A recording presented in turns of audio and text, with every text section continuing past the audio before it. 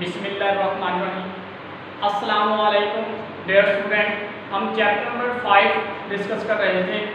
Chapter number 5 में first of all हमने theory को डिस्कस किया, जिसमें हमने वन बाय वन चीज़ें डिस्कस की।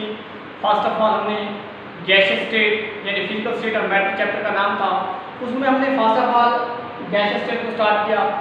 उन्हीं गैसियस स्टेट की टिपिकल प्रॉपर्टी को डिस्कस किया। उसके बाद हमने लिक्विड स्टेट को डिस्कस किया, लिक्विड स्टेट की टिपिकल प्रॉपर्टीज को डिस्कस किया। उसके बाद हमने डिस्कस किया सॉलिड स्टेट को, सॉलिड स्टेट की भी टिपिकल प्रॉपर्टी डिस्कस की, उसके साथ टाइप ऑफ सॉलिड स्टेट। ठीक है, मैंने आप लोगों को लास्ट लेक्चर में ही बताया था कि इस चैप्टर में बहुत इंपॉर्टेंट लॉ कौन से बनते हैं। आज हमने इस चैप्टर के एमसीक्यूज करने हैं। इसके टोटल एमसीक्यूज 11 है।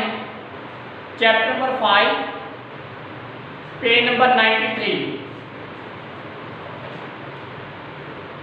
Chapter number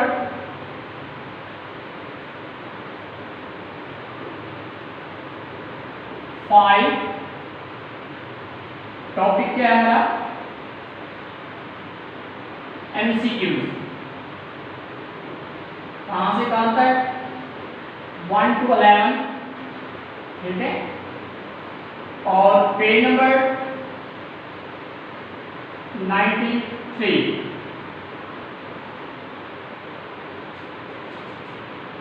chapter number 5, topic MCQ. 1 to 11 MCQs हैं, पेज नंबर 93।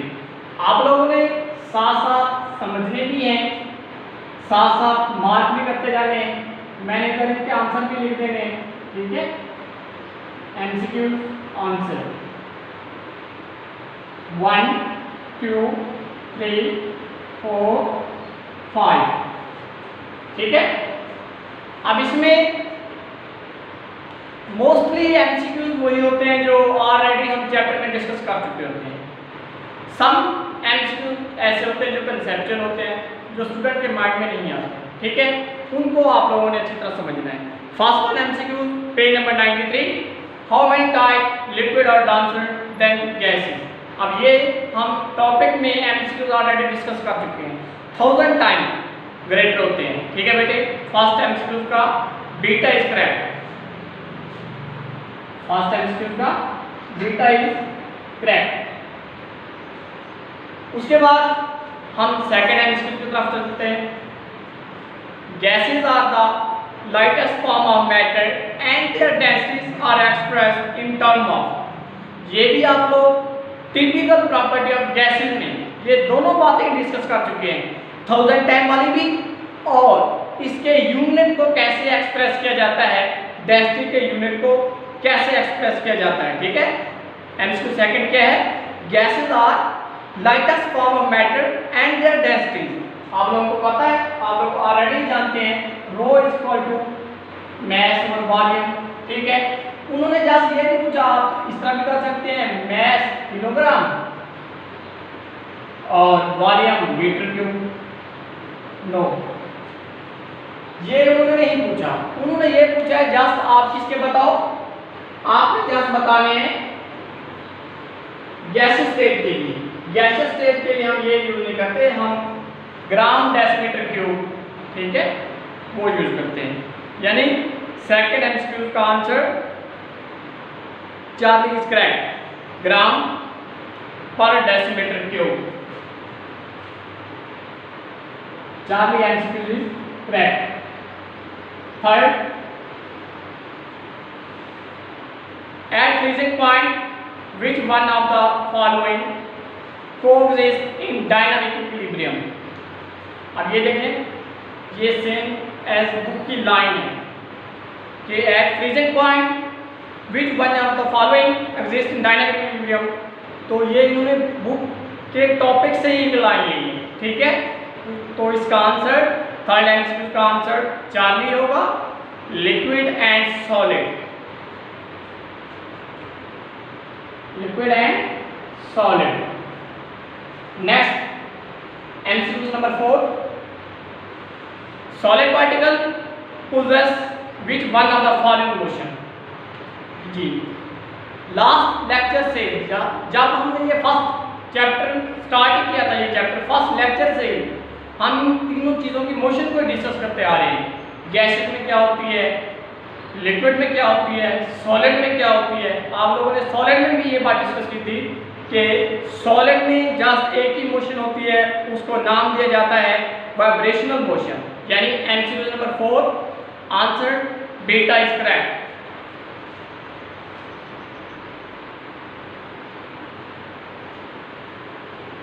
उसके बाद एमसीक्यू नंबर 5,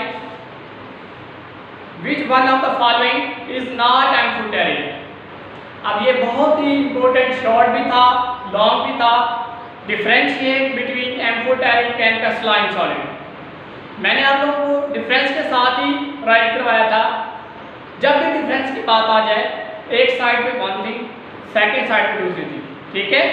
इस तरह नहीं करना होता। एक पेज के ऊपर भी आप लोग ऊपर लिख दे मॉस्फोरिक्स, नीचे लिख दे क्रिस्टलाइन, नॉट गुड इफेक्ट, ठीक है। आप लोगों ने मिड में लाइन लगाए पेज के, एक साइड पे मॉस्फोरिक्स, सेकंड साइड पे क्रिस्टलाइन, ठीक है, या फिर एक साइड पे क्रिस्टलाइन, सेकंड साइड पे मॉस्फोरिक्स, ठीक है। अब उन्होंने ये पूछा कि इसमें कौन सा एमॉर्फस नहीं है। एमॉर्फस आप लोग जानते हैं, गिलास भी एमॉर्फस है, प्लास्टिक भी एमॉर्फस है, रबड़ भी एमॉर्फस है। Just one thing is that glucose is not amorphous, ठीक है। तो 5 एमसीक्यूज का answer is delta is correct.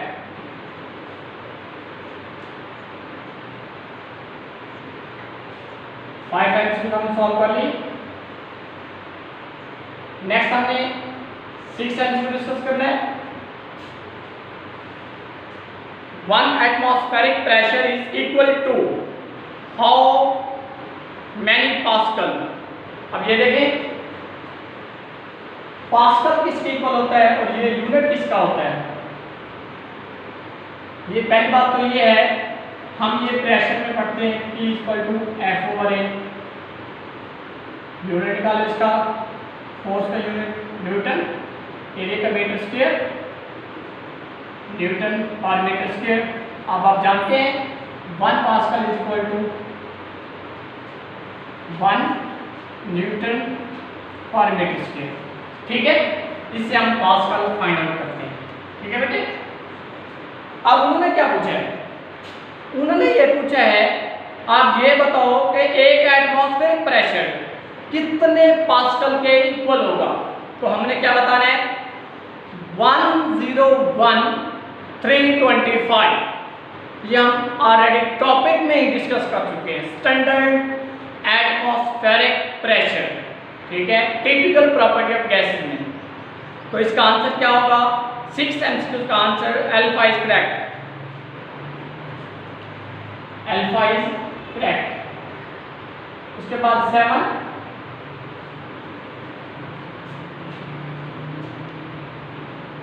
in the evaporation process liquid molecule which leave the surface of the liquid have। पहली बात तो ये है कि evaporation क्या है, the process in which liquid molecule change into gaseous state, यानी liquid change gaseous state। अब ये बात कैसे हुई कि लिक्विड गैसेस में चेंज होता है, जैसे आप उसे हीट करोगे लिक्विड के मॉलिक्यूल एवापोरेट होंगे, हीट अब्जॉर्ब करेंगे, वो हाई एनर्जी में चेंज हो जाएंगे। जैसे ये हाई एनर्जी में चेंज होंगे, ठीक है, जैसे ये हाई एनर्जी में चेंज होंगे तो अपनी ये प्लेस छोड़ देंगे, एवापोरेट हो जाएंगे, ठीक है। जैसे वो एवापोरेट हो जाएंगे इट मीन दैट उनकी एनर्जी लो नहीं है, बल्कि उनकी एनर्जी क्या हो गई है, हाई हो गई है as compare to remaining molecule, ठीक है। तो इसके लिए 7 एमसीक्यू का answer 40 is correct, very high energy.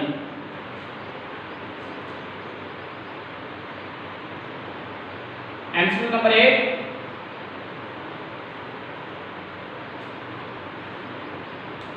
Which one of the following gas diffuse fastest. कौन सी गैस तेज से डिफ्यूज होती है। फर्स्ट लेक्चर इस चैप्टर का जिसमें हमने define diffusion, example of diffusion, depend of diffusion.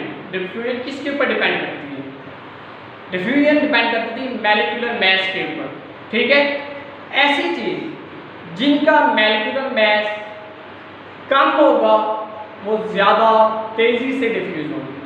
तो इसीलिए MCQ 8 का answer alpha is correct.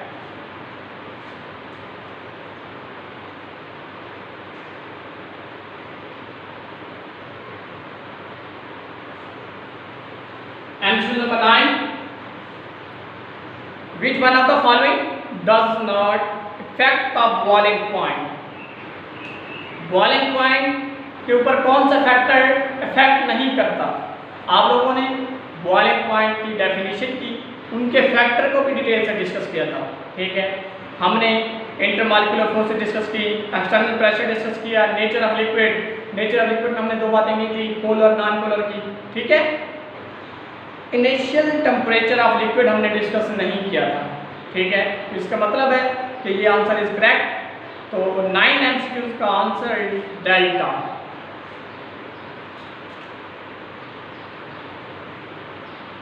MCQs,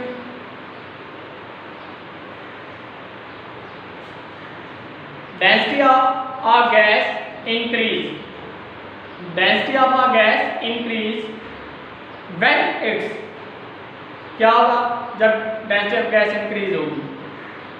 pressure is increase. क्या होगा? प्रेशर क्या हो जाएगा? इंक्रीज हो जाएगा। तो MCQ नंबर 10 का answer beta is correct.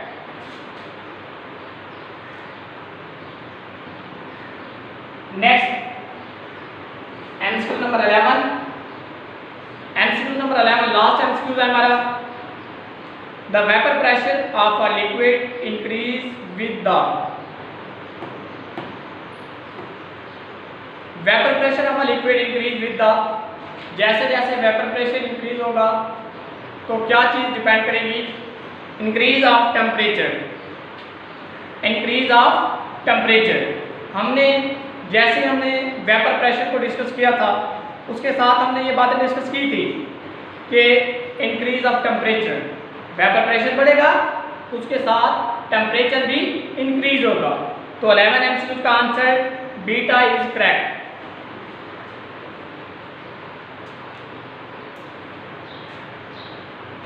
Okay,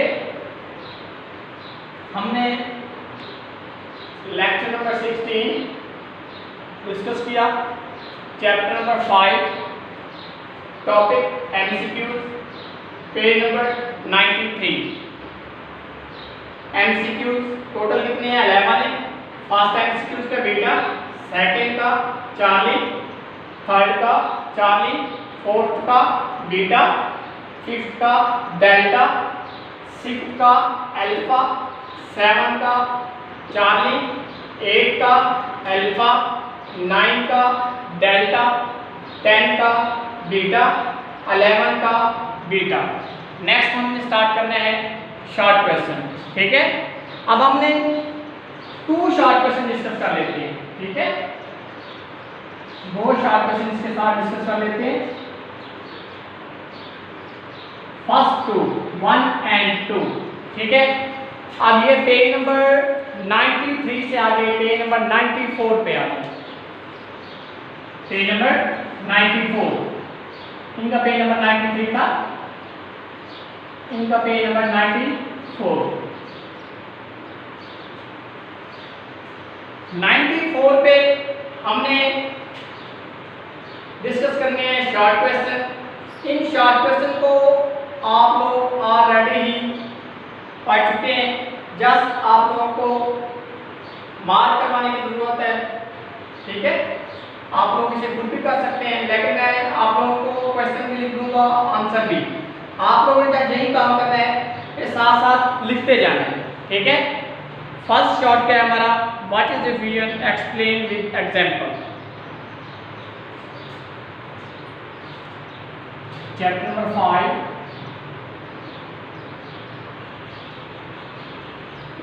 exercise के शॉर्ट। फर्स्ट 2 हमने करने। Question number 1, what is diffusion?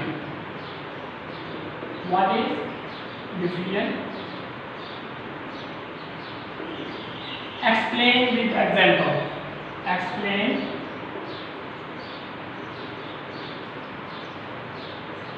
With example.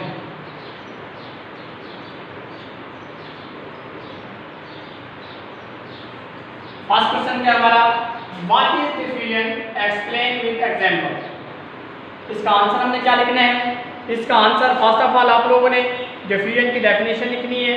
Diffusion की डेफिनेशन के बाद आप लोगों ने इनके एग्जाम्पल लिखनी है। डेफिनेशन क्या लिखनी है, spontaneous mixing of molecule by random motion and collide to form homogeneous mixture. ठीक है, क्या बात, आंसर spontaneous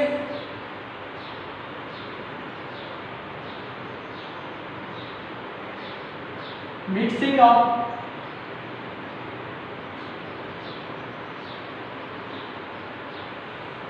ये spontaneous क्या होता है, spontaneous is a process which continue its own basis। ऐसा प्रोसेस जो खुद ब खुद ही कंटिन्यू रहे उसे स्पॉन्टेनियस प्रोसेस कहते हैं। सेकेंड होता है नॉन स्पॉन्टेनियस, ऐसा प्रोसेस जिससे हम एक्सटर्नल हीट दें, अपने सोर्स से उसे चलाएं, ठीक है, उसे कहेंगे नॉन स्पॉन्टेनियस प्रोसेस। ठीक है, इन्होंने डिफ्यूजन में कहा है कि स्पॉन्टेनियस मिक्सिंग ऑफ मॉलिक्यूल, ठीक है, bye random motion, spontaneous mixing of molecule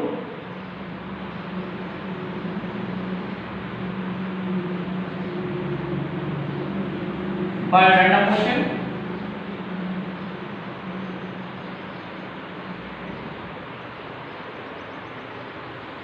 random motion आप लोगों को पता है, हम typical property of gases discuss कर रहे हैं, तो गैसेस की मोशन ही ऑलवेज क्या होती है, रैंडम मोशन होती है। ठीक है, collide to form homogeneous mixture,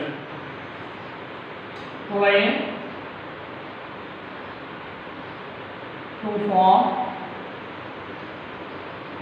homogeneous mixture. ठीक है, ये इसकी डेफिनेशन हो गई। एग्जाम्पल मैंने नीचे लिखा है, आप लोगों ने एग्जाम्पल कंप्लीट लिखना है। ठीक है, एग्जाम्पल इसकी क्या होगी, example H2 diffuse 4 time faster than O2 gas. H2 gas diffuse 4 time faster